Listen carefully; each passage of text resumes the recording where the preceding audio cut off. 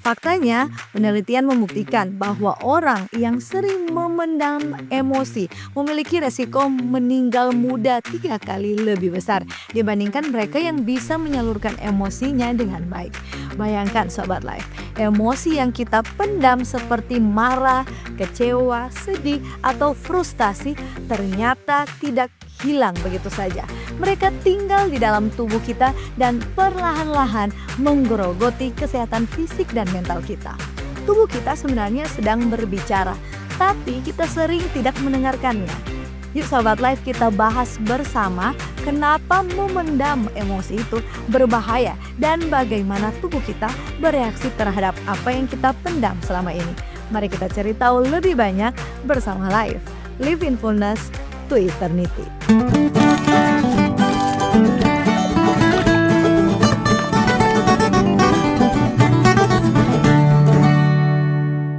5 bahaya memendam emosi bagi kesehatan.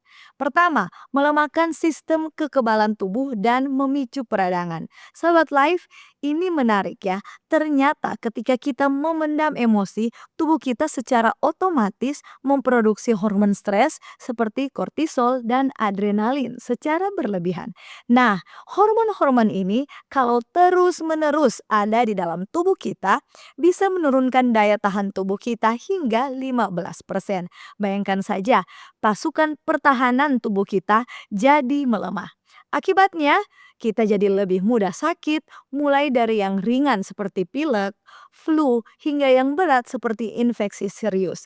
Yang lebih mengkhawatirkan lagi, penelitian menemukan bahwa orang yang sulit mengekspresikan emosi memiliki kadar zat inflamasi atau peradangan yang lebih tinggi di tubuhnya. Peradangan ini bisa memicu berbagai penyakit seperti rematik, radang usus, asma, bahkan penyakit jantung.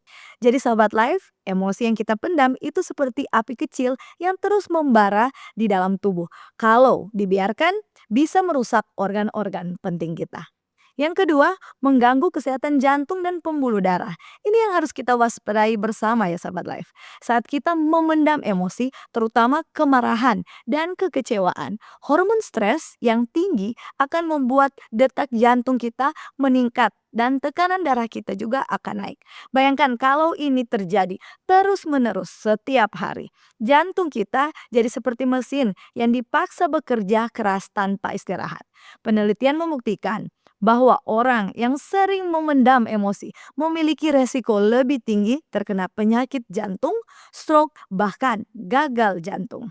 Ini karena pembuluh darah kita terus-menerus dalam kondisi tegang dan mengalami peradangan. Jadi begini, kalau kita terus memendam marah atau sedih, itu sama saja seperti kita membiarkan jantung kita ini bekerja lembur setiap hari tanpa pernah beristirahat.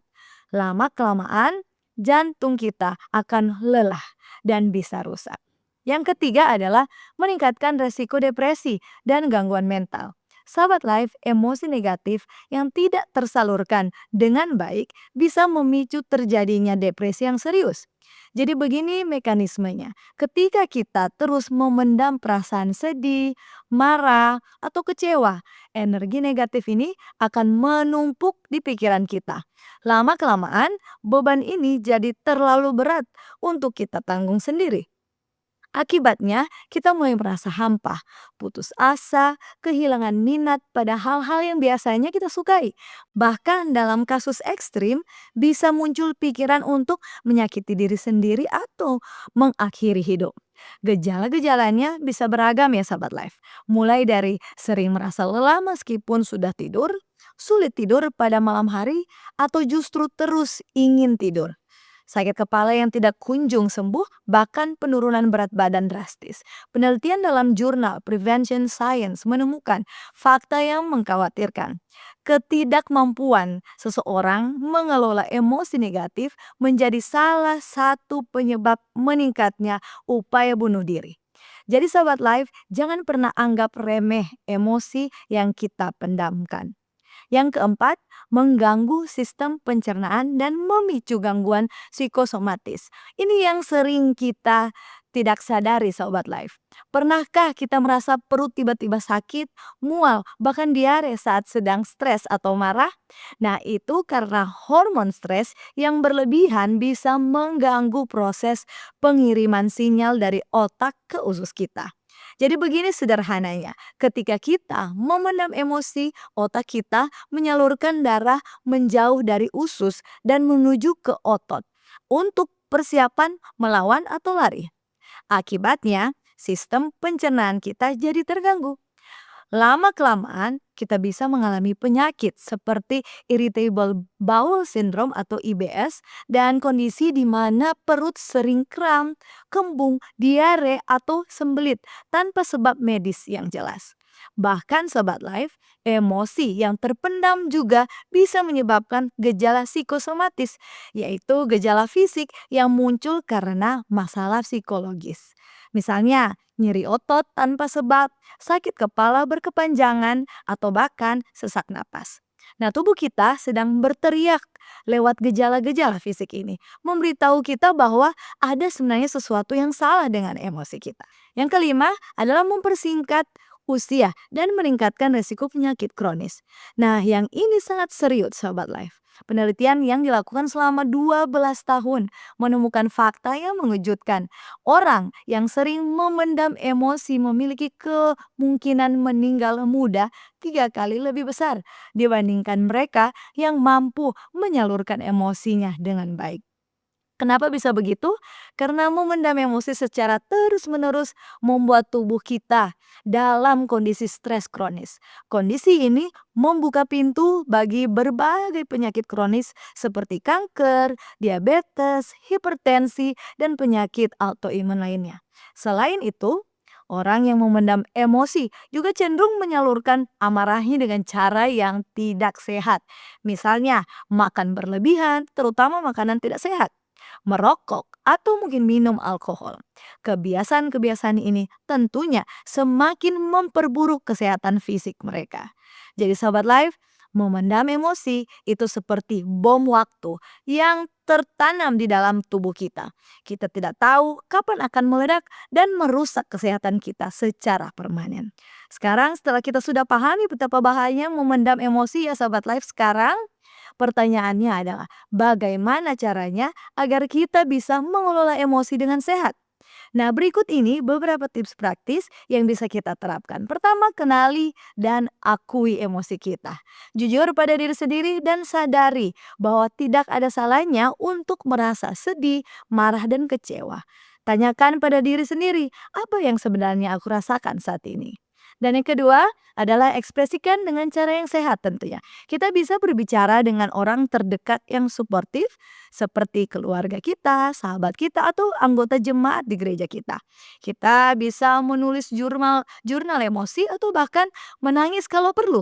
Nah, menangis bukan tanda lemah, sahabat life. Justru bisa meningkatkan hormon oksitosin yang menenangkan. Dan ketiga adalah praktikan teknik relaksasi. Saat emosi negatif muncul, ambil napas dalam-dalam. Tarik napas perlahan melalui hidung, biarkan perut mengembang, tahan sejenak, lalu hembuskan perlahan. Penelitian membuktikan teknik pernapasan ini bahkan dalam 1 hari sudah bisa meredakan kelelahan emosional. Dan keempat adalah lakukan aktivitas fisik secara teratur.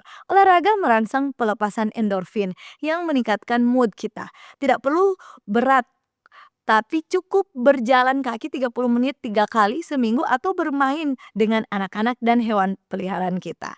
Yang kelima, ciptakan ruang aman untuk diri sendiri.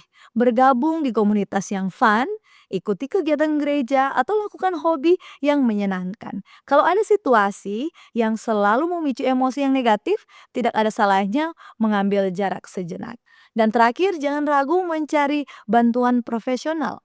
Kalau sahabat live merasa kesulitan mengelola emosi sendiri, berkonsultasi dengan psikolog atau konselor bukan tanda kelemahan. Justru tanda kita peduli dengan kesehatan kita sendiri. Sahabat lain, sebagai kesimpulan kita, jadi sudah terbukti ya bahwa tubuh kita adalah pendengar yang sangat setia terhadap apa yang kita rasakan, termasuk emosi yang kita pendam. Dari melemahkan sistem imun, mengganggu kesehatan jantung, memicu depresi, mengganggu pencernaan hingga mempersingkat usia, semuanya bisa terjadi kalau kita terus memendam emosi. Apa yang perlu sahabat life ingat adalah kita tidak sendirian dalam menghadapi ini. Memendam emosi mungkin terasa seperti solusi instan, namun kenyataannya justru perburuk keadaan.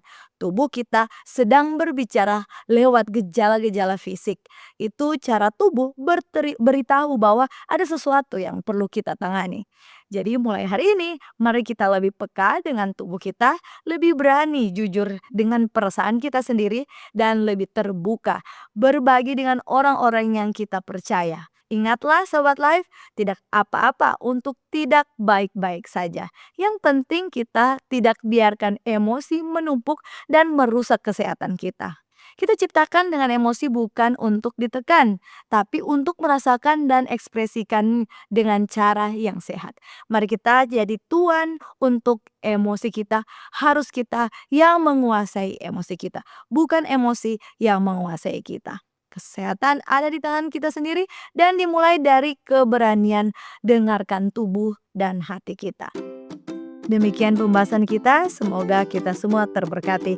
Jangan lupa ikuti terus, like dan subscribe YouTube channel Cornelius Media. Mari kenali dan jaga kesehatan kita bersama Life. Live in fullness to eternity.